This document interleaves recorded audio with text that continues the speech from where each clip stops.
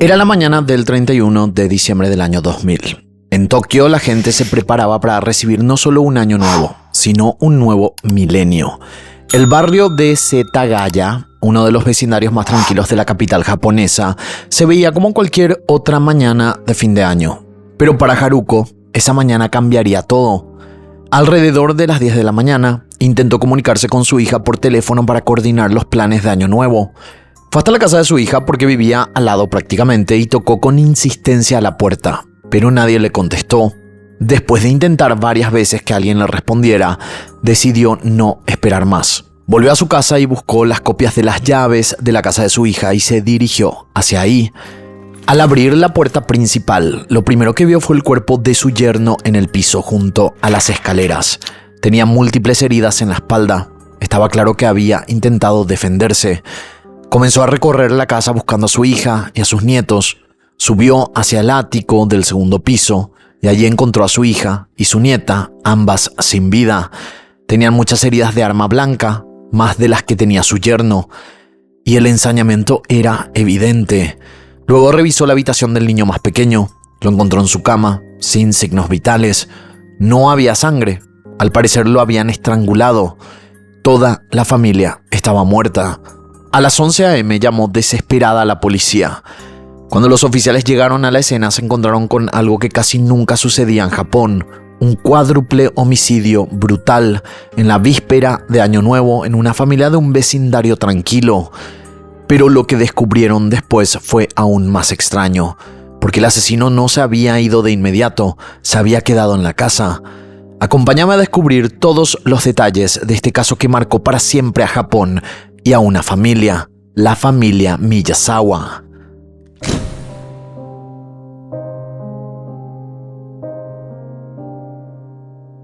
Ahora que sabemos qué sucedió esa mañana, tenemos que conocer quiénes eran los 4 miembros de la familia Miyazawa. Mikio Miyazawa, de 44 años, trabajaba en una empresa de marketing internacional llamada Interbrand. Era un hombre que se dedicaba a su trabajo, pero también priorizaba pasar tiempo con su familia. Yasuko, de 41 años, era profesora particular. Daba clases ocasionales, pero la mayor parte de su tiempo lo dedicaba a cuidar a sus 2 hijos.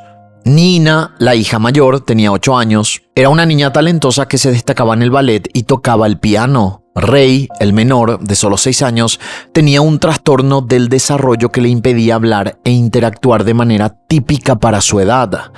Además del caso particular que vivían con sus hijos, la familia Miyazawa no registraba mayores problemas que ese. Económicamente, habían libretas donde no se veían problemas a nivel financiero. Y tampoco habían testimonios que hablaran de problemas a nivel personal entre ellos. La familia vivía en una casa de 2 pisos con ático en el barrio residencial de Setagaya, en Tokio. Además, compartían la propiedad con la familia de Haruko, la madre de Yasuko. Era como un dúplex donde convivían 2 generaciones.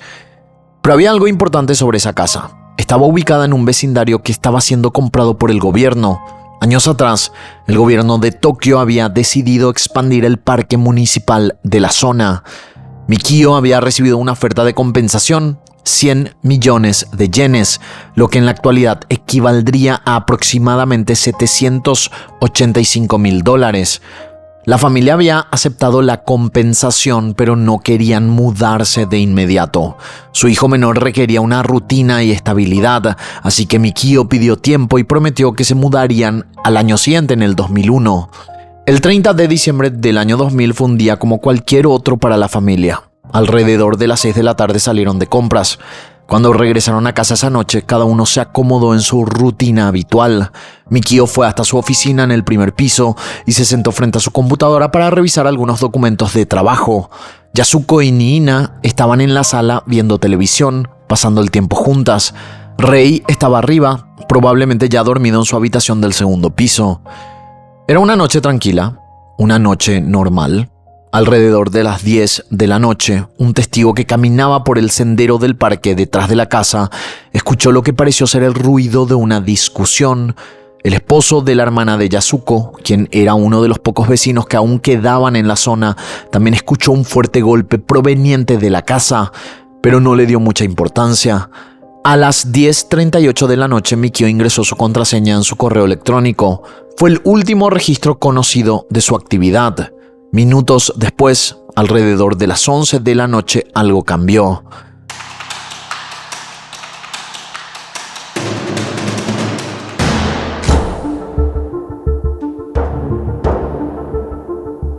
Lo que sucedió después fue un ataque coordinado y violento que cambiaría todo para siempre. Con los resultados de la autopsia y al revisar la casa, la policía se dio cuenta de que no era un caso en el que uno de los padres hubiera matado a su pareja y a los hijos y luego se hubiera autoeliminado, porque ninguno tenía heridas hechas por sí mismo. Los dos habían sido atacados, así que concluyeron que tenía que ser alguien de afuera de la familia. Se sospechaba que el asesino entró a la casa por una pequeña ventana del baño ubicada en el segundo piso. Era una entrada discreta, fácil de pasar por alto, pero que requería cierta agilidad y determinación para atravesarla. Una vez adentro, se movió rápidamente por la casa, como si supiera exactamente hacia dónde se dirigía. Lo primero que hizo fue ir a la habitación de Rey, el niño de 6 años, que probablemente estaba durmiendo sin sospechar nada de lo que estaba por suceder. No tuvo oportunidad de defenderse. El atacante lo estranguló en su cama. Luego, el asesino empezó a bajar por las escaleras. Mikio, que estaba en su oficina del primer piso, trabajando en su computadora, escuchó el movimiento. Se levantó e inmediatamente subió las escaleras para investigar qué estaba sucediendo. Fue la última decisión que tomaría en su vida. En el segundo piso, Mikio se encontró cara a cara con el asesino. Lo que siguió fue una lucha desesperada donde Mikio intentó defenderse con todas sus fuerzas. Tenía heridas defensivas en los brazos y las manos, que fueron evidencias claras de que luchó por su vida. El atacante estaba armado con un cuchillo de sashimi, una herramienta afilada y peligrosa. Durante el enfrentamiento, el cuchillo golpeó repetidamente a Mikio, causándole graves lesiones. Mikio perdió fuerzas y terminó cayendo por las escaleras, desmoronándose en el piso inferior donde Haruko lo encontraría horas después. Mientras esto sucedía en la escalera, Yasuko y Niina, quienes estaban en la sala viendo televisión, escucharon el alboroto y los gritos.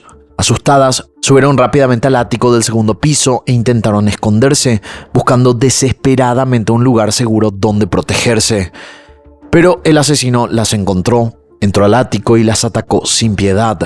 Había tomado un cuchillo santoku de la cocina de la casa, un cuchillo tradicional japonés de hojas anchas y afiladas, comúnmente usado para cortar verduras y pescado. Los ataques fueron brutales. A diferencia de Mikio y Rei, cuyos ataques fueron más rápidos y directos, los ataques contra Yasuko y Niina fueron excesivos y repetitivos. Tenían múltiples heridas esparcidas por sus cuerpos. El ensañamiento era evidente y perturbador. Era claro que ellas dos eran el verdadero objetivo del atacante y posiblemente la razón por la que había ido a esa casa. En menos de una hora, las 4 personas que vivían en esa casa estaban todas ya sin vida. Mikio, Yasuko, Niina y Rei habían sido asesinados de manera brutal. Pero lo que haría el atacante en las horas siguientes sería lo que realmente dejaría perplejos a los investigadores. Después de asesinar a los 4 miembros de la familia Miyazawa, la mayoría de los criminales hubiesen huido inmediatamente de la escena, pero este asesino no. Se quedó en la casa durante varias horas, comportándose de una manera que resultaría completamente desconcertante para los investigadores. Lo primero que hizo fue cortar todas las líneas telefónicas de la vivienda. Esto explicaría por qué Haruko no pudo comunicarse cuando intentó llamar esa mañana. El teléfono de los Miyazawa nunca sonó porque el atacante había desconectado deliberadamente cualquier forma de contacto con el exterior. Una vez que se aseguró que no habría interrupciones, el asesino comenzó a explorar la casa como si fuera suya. Entró a la cocina y abrió el refrigerador. Había cerveza disponible, pero no la tocó.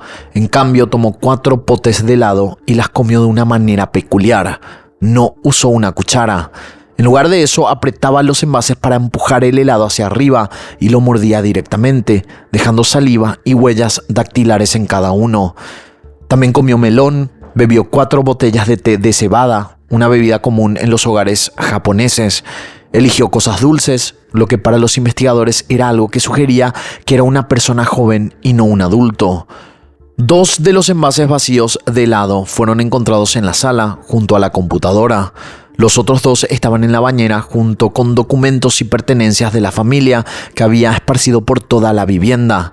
La bañera estaba llena de agua, con la cartera de Yasuko, billeteras y el contenido completo de varios cajones flotando en ella.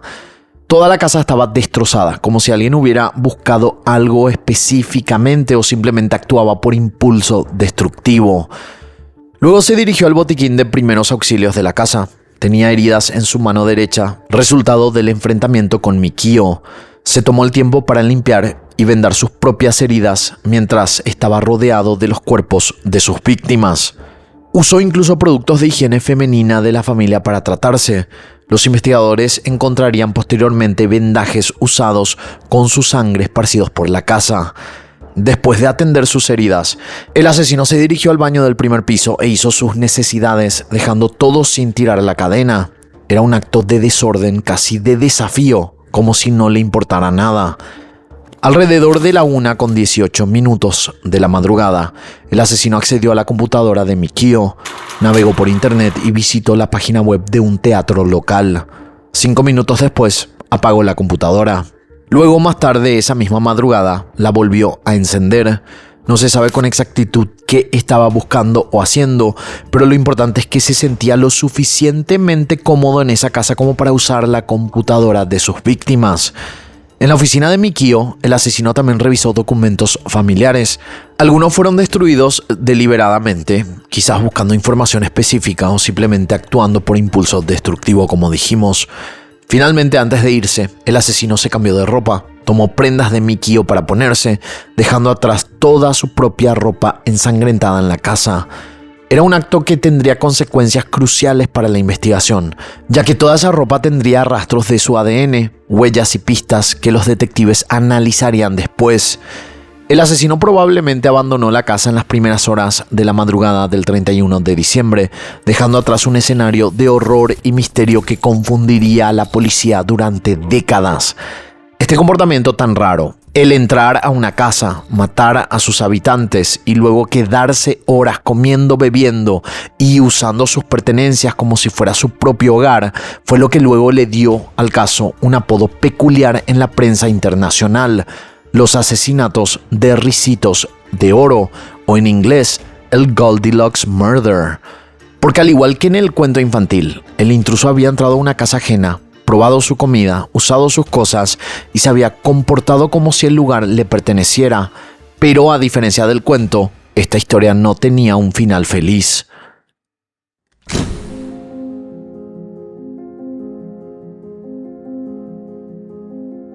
Cuando los investigadores llegaron a la casa de los Miyazawa, se encontraron con una escena del crimen llena de pistas. El asesino no solo había cometido un crimen brutal, sino que también dejó atrás una enorme cantidad de evidencia física. En total, la policía llegó a recolectar más de 12.000 elementos en la vivienda. Había huellas dactilares por toda la casa. La sangre del asesino, diferente al de las víctimas, estaba esparcida en múltiples lugares. Los vendajes que había usado para sus heridas fueron encontrados, saturados de su material genético. El análisis de sangre determinó que el asesino tenía un tipo de sangre A. Se obtuvieron muestras de ADN que podrían ser comprobadas con bases de datos internacionales. En el baño, los investigadores encontraron heces que fueron analizadas cuidadosamente. En el contenido se encontraron restos de semillas de sésamo, espinaca y judías verdes, sugiriendo que era alguien que comía comida casera sencilla, típicamente preparada por una madre. La ropa y objetos abandonados por el atacante eran abundantes: una riñonera, una bufanda desgastada, zapatillas deportivas grandes de la marca Schlesinger, un gorro gris tipo pescador, lo que se conoce como bucket hat, una sudadera holgada, una chaqueta negra y guantes negros. El conjunto completo era típico del estilo skater del año 2000, ropa holgada, zapatillas grandes y accesorios de calle. De nuevo, todo estaba saturado de sangre y de ADN. Había 2 cuchillos. El primero era un cuchillo de sashimi que el atacante había traído consigo y que se había roto durante el enfrentamiento con Mikio, y el segundo era el cuchillo santoku, tomado de la cocina. Pero ciertos elementos eran tan inusuales que sugerían que el asesino podría tener conexiones internacionales. Las zapatillas Lasenger encontradas eran de la talla 27.5 centímetros y habían sido manufacturadas exclusivamente en Corea del Sur. Solo se habían fabricado 4.530 pares en total. La riñonera contenía restos de lija de patineta, perfume Drakkar Noir y en sus costuras arena del desierto de California, específicamente de la zona donde se encuentra la base militar de Edwards Air Force Base en Estados Unidos. La ropa del atacante estaba lavada con un tipo de agua rica en minerales, el tipo de agua que se usa comúnmente para lavar ropas en Corea del Sur. Los investigadores se encontraban en un territorio desconocido. Tenían evidencias que apuntaban en múltiples direcciones: hacia Corea del Sur, hacia Estados Unidos, hacia patinadores locales, hacia algo completamente diferente a lo que habían investigado antes. Pero entonces comenzaron los problemas reales.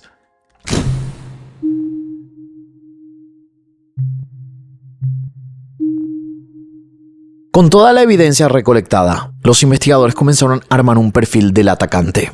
No era un perfil psicológico elaborado, sino un perfil físico y genético basado en datos extraídos de la escena del crimen. El asesino era un hombre, eso fue determinado por el análisis de ADN. Tenía sangre tipo A, un grupo común que no ayudaba mucho a reducir la búsqueda en una población tan grande. Pero su genética revelaba algo más complejo. Su ADN mostraba una mezcla. La ascendencia materna parecía ser europea, posiblemente del sur o de una zona cercana al mar Adriático. Su padre, en cambio, parecía ser de Asia Oriental. Esta mezcla genética era inusual en Japón. Aunque Japón es un país bastante homogéneo, la presencia de marcadores genéticos únicos en el ADN del atacante sugería que podría ser descendiente de una familia mezclada o que podría haber nacido en el extranjero. Los análisis posteriores, realizados en el año 2005, revelaron que los marcadores genéticos eran únicos en 1 de cada 13 japoneses, 1 de cada 10 chinos y 1 de cada 4 coreanos. Eso hacía que Corea del Sur fuera un lugar especialmente relevante en la búsqueda. Físicamente, los investigadores estimaron que el atacante medía aproximadamente 170 centímetros de altura. Era lo suficientemente ágil como para entrar por una ventana pequeña en el segundo piso de la casa. Las pisadas encontradas en el piso sugerían que era alguien delgado, no un hombre musculoso o robusto, sino más bien esbelto y atlético. Se sabe que era diestro porque al reconstruir el ataque, la mayoría de los golpes y movimientos coincidían con alguien que usaba la mano derecha como dominante. En la casa también se encontraron vendajes con sangre y los análisis de ADN confirmaron que esa sangre pertenecía al mismo hombre que dejó su rastro por toda la escena. La edad era difícil de precisar, pero los investigadores estimaban que el atacante tenía entre 15 y 35 años al momento del crimen. Podría haber sido un adolescente o un adulto joven. Esta amplitud de rango era problemática porque abarcaba demasiadas posibilidades. Lo más importante era que no tenía antecedentes penales registrados ni en Japón ni en Corea del Sur. Sus huellas dactilares no estaban en ningún sistema de base de datos de delincuentes. Su ADN no coincidía con nada en los registros criminales internacionales. Era como si nunca hubiera cometido un delito antes. En el año 2000, cuando ocurrió el crimen, Japón aún no tenía un sistema obligatorio de registro de huellas dactilares para extranjeros menores de edad. Corea del Sur registraba a todos los ciudadanos mayores de 17 años, pero si el atacante era más joven, no estaría en el sistema. Si era extranjero, podría no estar registrado. Si era una combinación de ambas cosas, su ausencia de los registros se volvía completamente explicable.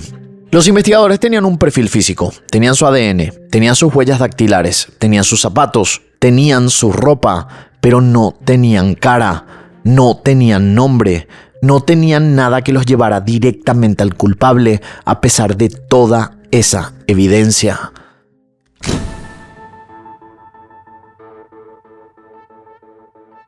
La policía de Tokio sabía que tenía un caso importante en sus manos. La escala de la investigación que se desplegaría sería sin precedentes en la historia de Japón. Lo que comenzó como una investigación de un crimen en un vecindario tranquilo se convirtió en una de las operaciones policiales más grandes jamás realizadas en el país. Más de 280.000 agentes policiales fueron movilizados en algún momento de la investigación. No todos trabajaban en el caso simultáneamente, pero la cantidad de personal que pasó por la investigación fue masiva. Se realizaron más de 8 millones de verificaciones de huellas dactilares. Se comparó el ADN del atacante con bases de datos no solo de Japón, sino también de Corea del Sur, intentando encontrar una coincidencia en cualquier lugar. Se recibieron más de 16.000 informaciones del público, personas que pensaban que habían visto algo, que conocían a alguien que encajaba con la descripción, que tenían teorías sobre quién podría ser. Cada una de esas informaciones fue investigada, documentada y descartada cuando no llevaba a ningún lugar. Se ofreció una recompensa de 20 millones de yenes, aproximadamente $140.000 en dinero de la época. Una cantidad significativa que debería haber incentivado a alguien a hablar, a delatar y a proporcionar información sobre el perpetrador. Pero nadie lo hizo, o nadie sabía quién era, o nadie estaba dispuesto a hablar. La policía también obtuvo una grabación de las cámaras de seguridad de la estación de Kichiyoji, tomada el 29 de diciembre. En esas imágenes se veía a un hombre de entre 20 y 30 años, de pelo corto, saliendo de la estación. Los investigadores llegaron hasta esta grabación después de rastrear el cuchillo de sashimi usado en el crimen y localizar la tienda de Kichiyoji, donde se había vendido uno igual poco antes, por lo que se sospechaba que el hombre filmado podría haber sido el comprador del arma. Con la información que tenían del atacante, se imprimieron volantes con la descripción del hombre y se distribuyeron por toda la ciudad de Tokio y sus alrededores. La policía especificó que 130 camisas, como la encontrada en la escena del crimen, habían sido vendidas en el área antes de los hechos. Se pidió a cualquiera que hubiera comprado una de esas camisas que se presentara para ser interrogado. Fue un esfuerzo masivo de investigación de campo, pero que no produjo resultados. Como les mencioné antes, los estudios genéticos permitieron saber que el atacante tenía ascendencia asiática y europea. Gracias a esta información, la policía compartió los datos con fuerzas y expertos de otros países, buscando pistas fuera de Japón y Corea del Sur, y marcando el inicio de una investigación internacional para tratar de identificarlo.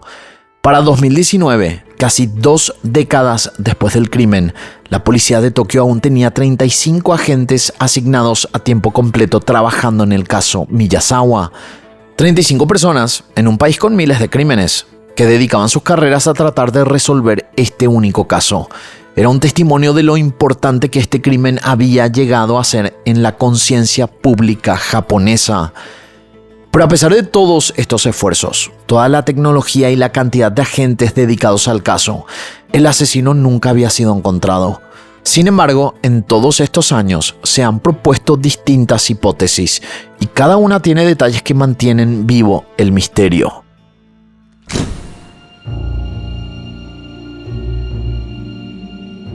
La primera hipótesis que los investigadores desarrollaron fue la del skater vengativo. La evidencia física apuntaba en esta dirección de manera bastante clara, al menos en un principio. En la riñonera encontrada en la escena del crimen, los investigadores hallaron restos de lija de patineta. Y este era un detalle específico que sugería que el atacante podría estar conectado con la comunidad de skateboarding. Pero no era solo la lija. La ropa que el asesino abandonó en la escena era exactamente el tipo de vestimenta que usaban los skaters en el año 2000. Sudadera holgada, zapatillas grandes, Schlesinger, gorro tipo pescador y riñonera. Era el uniforme característico de la cultura del skateboarding de esa época. Para algunos investigadores, esto no podía ser una coincidencia. Había otro detalle. El parque detrás de la casa de los Miyazawa también era una zona donde se reunían patinadores regularmente. Había una pista de skate cercana, así como un campo de béisbol de una universidad local. Era un área que atraía a jóvenes atletas y personas que buscaban pasar el tiempo al aire libre. Mikio, el padre de la familia, había tenido varios enfrentamientos con estos skaters. Se quejaba del ruido que hacían, de las molestias que causaban y de cómo interrumpían la tranquilidad del vecindario. Él no era un hombre agresivo, pero sí era alguien que estaba dispuesto a reclamar cuando sentía que algo no estaba bien. Los skaters, por su parte, resentían estas quejas. Para un adolescente o adulto joven, especialmente con un problema de comportamiento, estas confrontaciones podrían haber sembrado resentimiento. Pero Mikio no solo había tenido problemas con los skaters, también había tenido enfrentamientos con una pandilla de motociclistas que frecuentaban dicho parque. Estos individuos también hacían ruido, también molestaban y Mikio también se quejaba de ellos. Los investigadores pensaron que quizás uno de estos jóvenes, alguien con problemas de conducta o un trastorno antisocial de personalidad, podría haber decidido vengarse de la familia. El perfil encajaba, el asesino era joven, atlético, lo suficientemente ágil como para entrar por una ventana pequeña. Era alguien que podría haber estado frecuentando parques y espacios públicos. Era alguien que potencialmente tenía conexiones con otros jóvenes de la zona. Un skater o un miembro de una pandilla local parecía ser una posibilidad lógica. Agreguen a esto otro dato inquietante. Durante el verano del año 2000, apenas meses antes del crimen, se encontraron varios animales muertos en el vecindario. Gatos callejeros y roedores que mostraban signos de tortura. Los investigadores teorizaban que el asesino podría haber sido responsable de estos actos de crueldad animal, un patrón de comportamiento común en individuos con trastornos antisociales. Entonces, los detectives identificaron a varios de los skaters y miembros de pandillas que frecuentaban la zona. Los interrogaron. Buscaban a alguien que encajara con la descripción física, con la edad estimada y con el perfil psicológico. Pero cuando completaron sus investigaciones, ninguno de los skaters identificados coincidía realmente con el perfil del atacante. Las edades no encajaban perfectamente. Las descripciones físicas no eran exactas, las coartadas, aunque débiles, no podían ser definitivamente descartadas en ese momento. La teoría del skater vengativo seguía siendo posible, pero cada vez parecía menos probable. Las evidencias apuntaban en demasiadas otras direcciones también.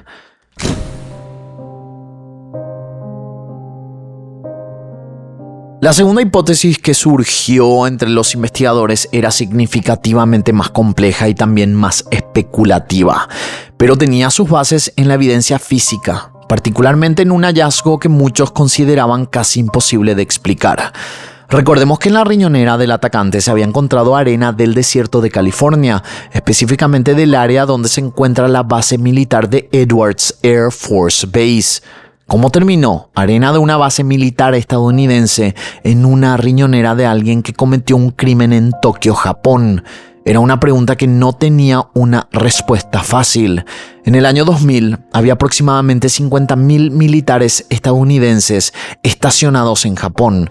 Esta presencia ha sido constante desde el final de la Segunda Guerra Mundial. Muchos de estos militares habían sido entrenados en bases estadounidenses como la Edwards Air Force Base en California. Algunos incluso podrían haber estado destacados en Japón después de entrenamientos en esas bases. Históricamente, ha habido casos de militares estadounidenses cometiendo crímenes graves en Japón, incluyendo abusos contra mujeres y asesinatos.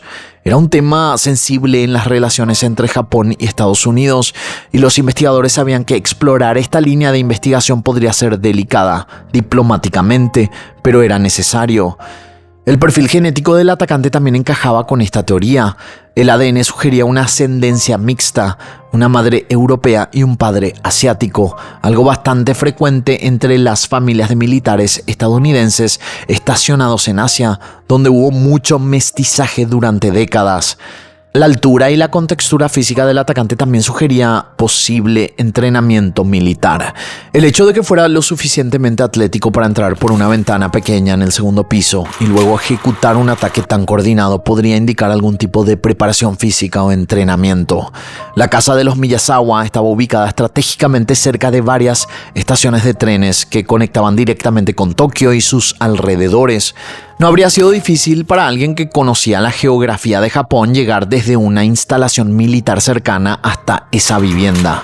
Si el atacante era un militar o un contratista estadounidense trabajando en alguna instalación militar cerca de Tokio, habría tenido acceso y oportunidad. Además, la presencia de un militar estadounidense explicaría por qué sus huellas dactilares y su ADN no coincidían con los registros criminales de Japón o Corea del Sur. Un militar podría no estar registrado en los sistemas civiles de identificación de esos países. Podría estar solo en registros militares estadounidenses que no fueron compartidos con la policía japonesa. Sin embargo, esta teoría también tenía sus problemas. El tamaño físico estimado del atacante, alrededor de 1,70 m, es relativamente pequeño comparado con el promedio de un soldado estadounidense adulto. Además, la naturaleza del crimen, el ensañamiento particular con Yasuko y Nina, no encajaba típicamente con el perfil de un delincuente militar. Los investigadores nunca encontraron evidencia sólida que conectara directamente a ningún militar estadounidense con el crimen. La teoría del soldado estadounidense seguía siendo posible, pero también seguía siendo especulativa.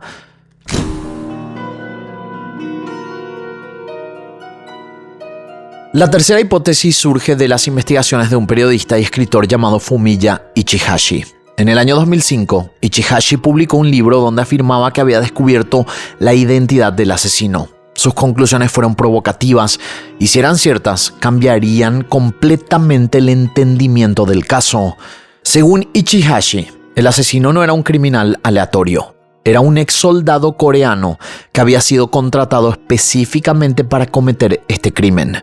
El periodista identificó al sospechoso con el nombre de R, aunque posteriormente otros reportes sugieren que podría haber sido alguien llamado In-un Lee. La teoría de Ichihashi era que este individuo había sido contratado por alguien más, potencialmente un jefe del crimen organizado coreano, alguien conocido como Kaneda. ¿Cuál era el motivo? Ichihashi argumentaba que todo se relacionaba con el dinero de la compensación. Recordemos que Mikio había recibido 100 millones de yenes por el terreno que el gobierno quería comprar para expandir el parque. Era una suma importante. Si Mikio no se mudaba de la casa, el gobierno no podría completar el proyecto. Pero si la familia desaparecía, el terreno quedaría vacío y podría ser transferido más fácilmente. Según esta teoría, alguien con intereses en que el proyecto se completara rápidamente contrató a un sicario para asesinar a la familia. Ichihashi presentó varias pruebas que, según él, respaldaban su teoría. Primero, afirmaba haber obtenido las huellas dactilares del sospechoso y que éstas coincidían con las dejadas en la escena del crimen. Segundo, la tierra encontrada en la escena provenía de la provincia de Gyeonggi. No sé si lo estoy diciendo bien, perdón por eso, en Corea del Sur, específicamente del área donde Ichihashi creía que vivía el sospechoso. Tercero, la ropa del atacante había sido lavada con el tipo específico de agua rica en minerales que se usaba en Corea del Sur. Y cuarto, las zapatillas Schlesinger solo se vendían en Corea del Sur, el país donde el asesino supuestamente provenía. Todo apuntaba hacia Corea del Sur, pero las autoridades japonesas nunca confirmaron públicamente las afirmaciones de Ichihashi. La policía de Tokio mencionó que el libro presentaba principalmente ficción, no hechos confirmados. No presentaron evidencia de que hubiera identificado al sospechoso. No confirmaron que las huellas dactilares presentadas por Ichihashi fueran auténticas o que coincidieran con las de la escena del crimen. El caso permaneció sin resolver y las teorías de Ichihashi, aunque intrigantes, nunca fueron oficialmente validadas. La teoría del sicario coreano sigue siendo una de las más sostenidas por ciertos sectores del público y la prensa, pero también sigue siendo una teoría sin confirmación oficial.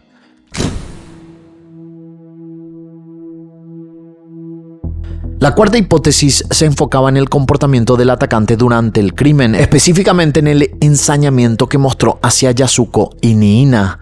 El nivel de violencia desproporcionada contra la madre y la hija sugería una motivación que iba más allá de un simple robo o venganza. El atacante usó múltiples puñaladas contra ambas, heridas innecesarias para causar la muerte, sugiriendo placer en el acto y rabia dirigida específicamente hacia estas dos personas.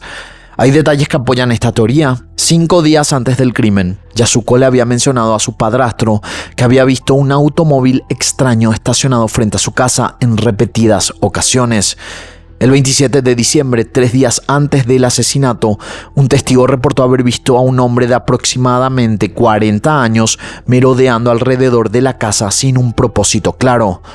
Era posible que el atacante hubiera estado observando a la familia durante días, específicamente fijándose en Yasuko y Nina, pero esta teoría tiene problemas significativos. Primero, no había evidencia de agresión sexual en los cuerpos de las víctimas, lo cual no explica por qué un depredador sexual no avanzó en sus impulsos si era esa su motivación verdadera.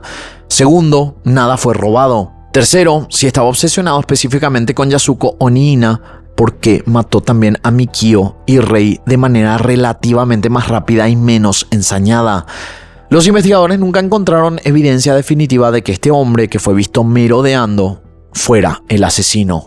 El automóvil extraño nunca fue identificado y no habían conexiones confirmadas entre ningún delincuente sexual conocido y el crimen. La teoría del depredador sexual seguía siendo posible, pero también seguía sin confirmación.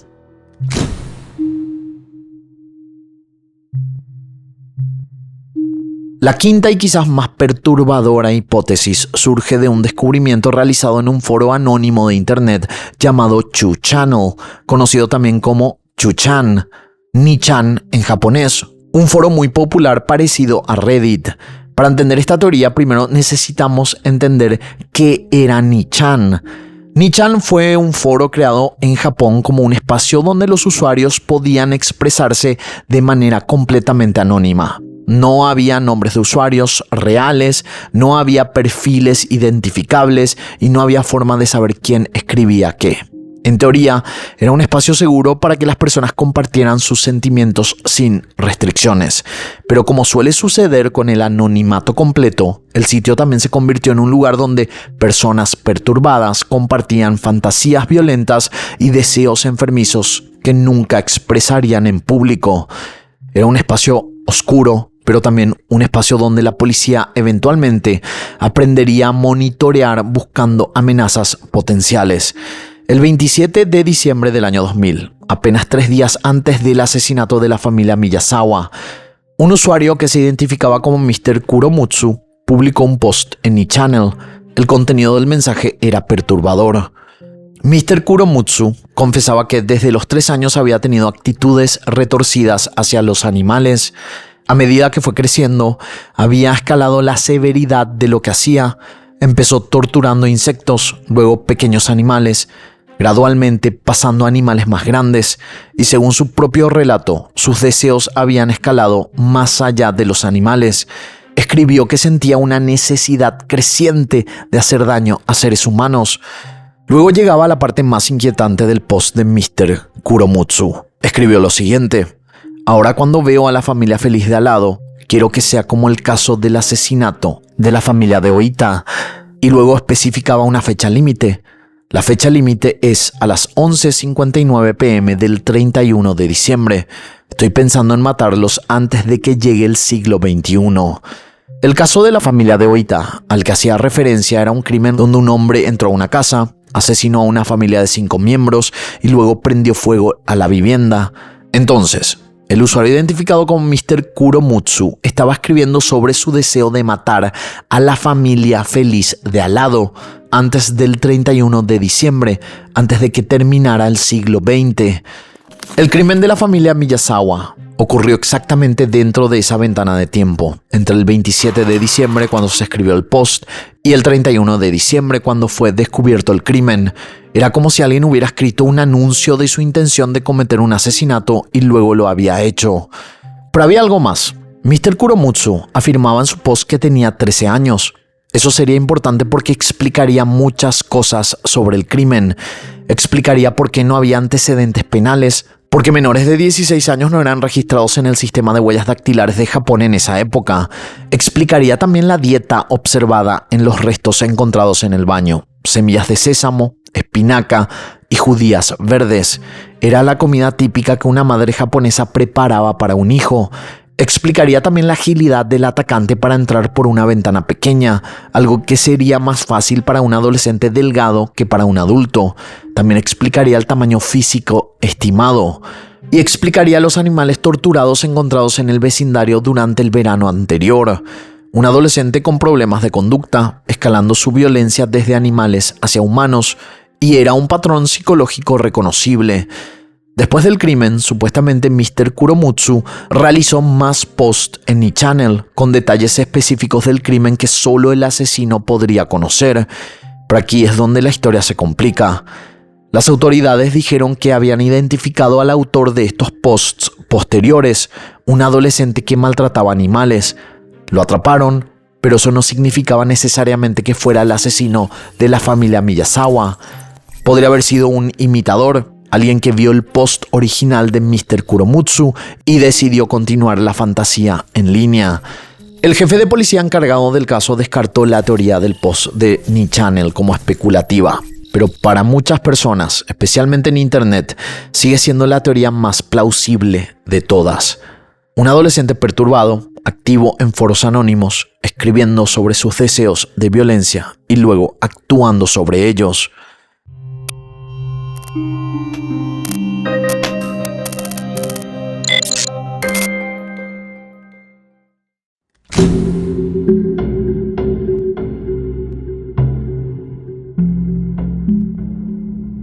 A pesar de que el asesino nunca fue encontrado, el caso Miyazawa dejó un legado profundo en Japón. En 2010, 10 años después del crimen, Japón hizo un cambio histórico en su sistema legal. Abolió el Estatuto de Limitaciones para los Asesinatos. Fue una decisión sin precedentes y el caso Miyazawa fue el factor principal que impulsó ese cambio. Si el asesino alguna vez es identificado, sin importar cuánto tiempo pasase, aún podría ser procesado. La investigación se convirtió en una de las más grandes en la historia de Japón. Cada año, en el aniversario del crimen, se realiza una ceremonia en la casa donde ocurrió el asesinato. Los jefes de policía asisten personalmente y se disculpan formalmente con las víctimas y sus familiares por no haber podido capturar al asesino. Es un acto de profundo respeto y reconocimiento del fracaso, algo que refleja la cultura japonesa de asumir responsabilidad por las cosas incompletas. La madre de Mikio, Setsuko Miyazawa, ya es una mujer muy mayor. Durante décadas se ha dedicado a repartir volantes en estaciones de trenes y otros lugares públicos de Setagaya, pidiendo ayuda a cualquier persona que pudiera saber algo que llevara a identificar al asesino. Es un acto de resistencia y de esperanza que sigue en pie a pesar del paso de los años. Pero después de más de 2 décadas, hay preguntas que probablemente nunca serán respondidas. ¿Por qué el asesino dejó tanta evidencia? ¿Por qué se quedó en la casa después de asesinar a 4 personas? ¿Cuál era el verdadero motivo? ¿Era extranjero o era japonés? ¿Por qué fue tan brutal el ataque contra Yasuko y Niina? ¿Conocía el asesino la casa antes? ¿Sigue vivo? ¿Ha cometido otros crímenes desde entonces? Y la última pregunta, ¿volverá a matar? El caso Miyazawa es un recordatorio de que a veces los misterios permanecen sin resolver. No porque no haya evidencia, no porque no hubiera una investigación, sino simplemente porque en algún momento todas las pistas se detienen y solo queda el silencio y las preguntas que nunca serán respondidas. Hasta aquí el caso del día de hoy. Espero sus comentarios aquí abajo y de esta manera nosotros nos encontraremos en la próxima historia.